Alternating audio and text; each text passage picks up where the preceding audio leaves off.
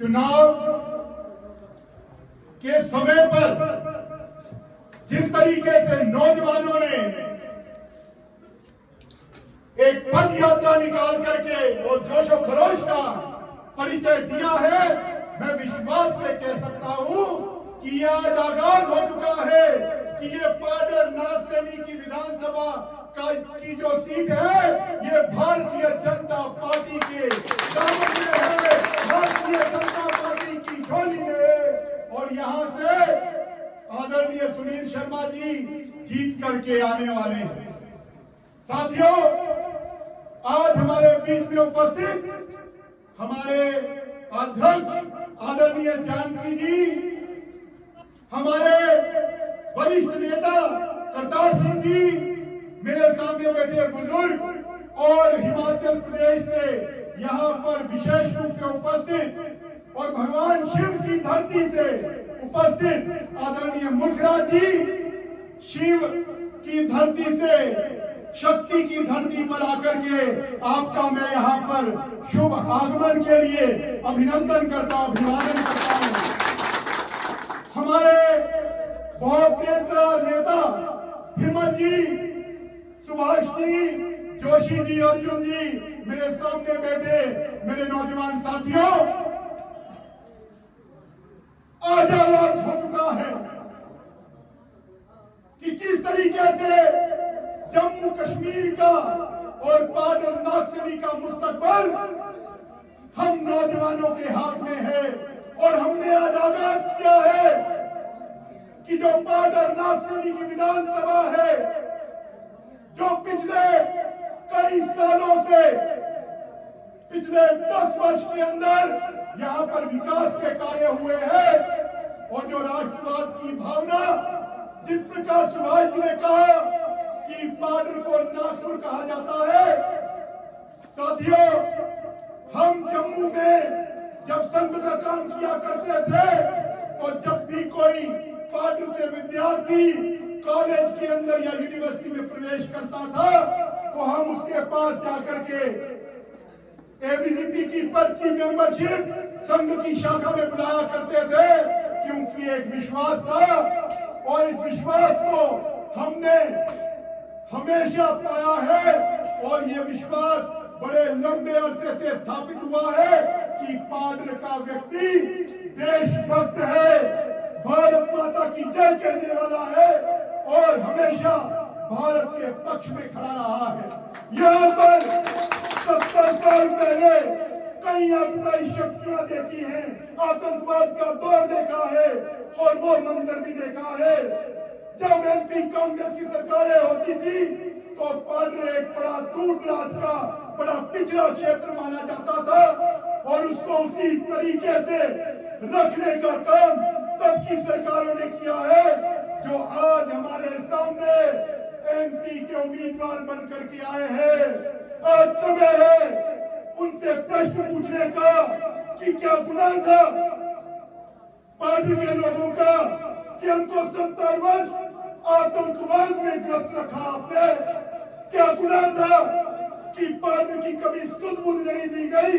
क्या गुनाह था कि यहाँ पर सज्जाद किचलू हो, उनके पिता हो, उनका एक छत्र राज चलता था तो पाडर की मूलभूत सुविधाएं पाडर के लोग पिछड़े क्यों रहे 70 वर्ष के अंदर?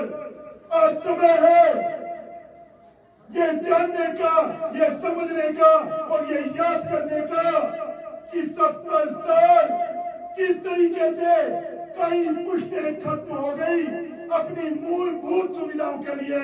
मेरे नौजवान साथी ने बताया, आज अगर कब्बन तक सड़क, चिट्टो सड़क, मचेल की सड़क, मचेल माता के मंदिर तक पहुंचने का काम हो रहा है तो 70 साल क्यों लगे? आज अगर सब डिस्ट्रिक्ट हॉस्पिटल यहाँ पर बना है तो 70 साल क्यों लगे? आज अगर डिग्री कॉलेज यहाँ पर मिलता है तो 70 साल क्यों लगे? ये समझने की जरूरत है। और भारतीय जनता पार्टी के महबूब नेता और यशस्वी प्रधानमंत्री जी का संकल्प कि अंतिम व्यक्ति तक पहुंचकर उसको सरकार की नीतियों का लाभ पहुंचे, इसका प्रयास करना है। साथियों, हमने पिछले 10 साल के अंदर देखा कि किस तरीके से आम व्यक्ति के जीवन में बदलाव आया है। आज एसटी स्टेटस की बात की जा रही है।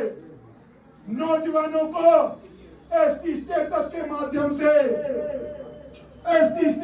माध्यम से किस प्रकार रोजगार में और पढ़ाई के अंदर लाभ होगा, ये आने वाले समय पर हमको दिखाई देगा।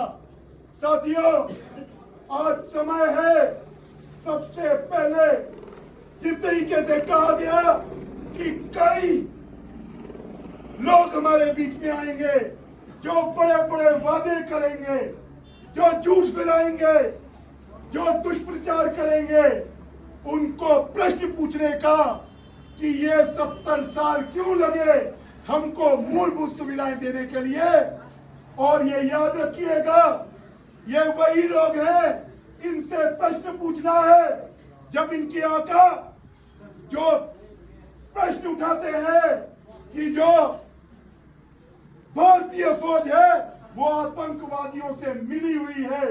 साथियों, मेरे पार्टी के नौजवान कई शहीद हुए आतंकवाद के दौर में, कई शहीद हुए अपने लोगों की रक्षा करते हुए भारतीय फौज के अंदर। आज ये नेशनल कॉन्फ्रेंस के आका फारूक अब्दुल्ला प्रश्न उठाते हैं भारतीय फौज के ऊपर और उनको कहते हैं ये आतंकवादियों से मिले हैं। ये वही लोग हैं जिन्होंने तिरंगे झंडे का अपमान करने की कोई कसर नहीं छोड़ी, जिन्होंने आतंकवाद, अलगाववाद को बढ़ावा देने का काम किया और जिनके दौर में 1990 जैसा नरसंहार किया। और आज भी उनके चुने हुए सांसद रोहुल्ला संसद के अंदर और उसके बाहर इंटरव्यू में बयान देते हैं कि 1990 जैसी घटना एक बार पुनः हो सकती है। साथियों, आज सोचने का समय है, प्रण लेने का समय है, एकजुट होने का समय है। और इन नौजवानों से आप सबसे आग्रह करने आया हूं। मेरे साथी ने कहा कि अब चुप रहने का समय नहीं है, अब प्रश्न पूछना है और दिन रात एक करनी है, क्योंकि हम जानते हैं हमारे दूर दराज के लोग बहुत सीधे हैं। उनको बरगलाने का काम यहाँ पर कुछ षड्यंत्रकारी करने का प्रयास करेंगे, परंतु नौजवान पीढ़ी का जो भविष्य है वो हमको इस चुनाव से तय करना है। घर घर पहुंच करके प्रचार प्रसार करना है, बातचीत करनी है, सोशल मीडिया के माध्यम से प्रचार करना है और दुष्प्रचार का जबरदस्त तरीके से जवाब देना है। इतनी सी बात कह करके मैं आप सबको अधिक समय तक खड़े नहीं रखना चाहता। आप सबने बड़े जोशो खरोश के साथ आज जो रैली से आगाज किया है, इस आगाज को एक सुनिश्चित तरीके से उसका अंत हम एक बहुत बड़ी मार्जिन से विजय का करेंगे। और मैं देख पा रहा हूं जो नौजवानों के आंखों का वलवला है, जो जोश है, जो जिस तरीके से आज आपने रैली निकाल करके सिद्ध किया है, बहुत जल्द 18 दिनों के अंदर हम वो इतिहास को स्थापित करेंगे कि अधिक से अधिक वोटों के माध्यम से जिता करके अपने महबूब नेता, अपने प्रिय नेता आदरणीय सुनील शर्मा जी को जिता करके भेजना है, ताकि वो जम्मू कश्मीर का और भारत का मुस्तकबिल को सही तरीके से जम्मू कश्मीर को सही दिशा दे पाए। इतनी सी बात कहते हुए मैं अपनी वाणी को विराम देता हूं। जय हिंद, जय भारत।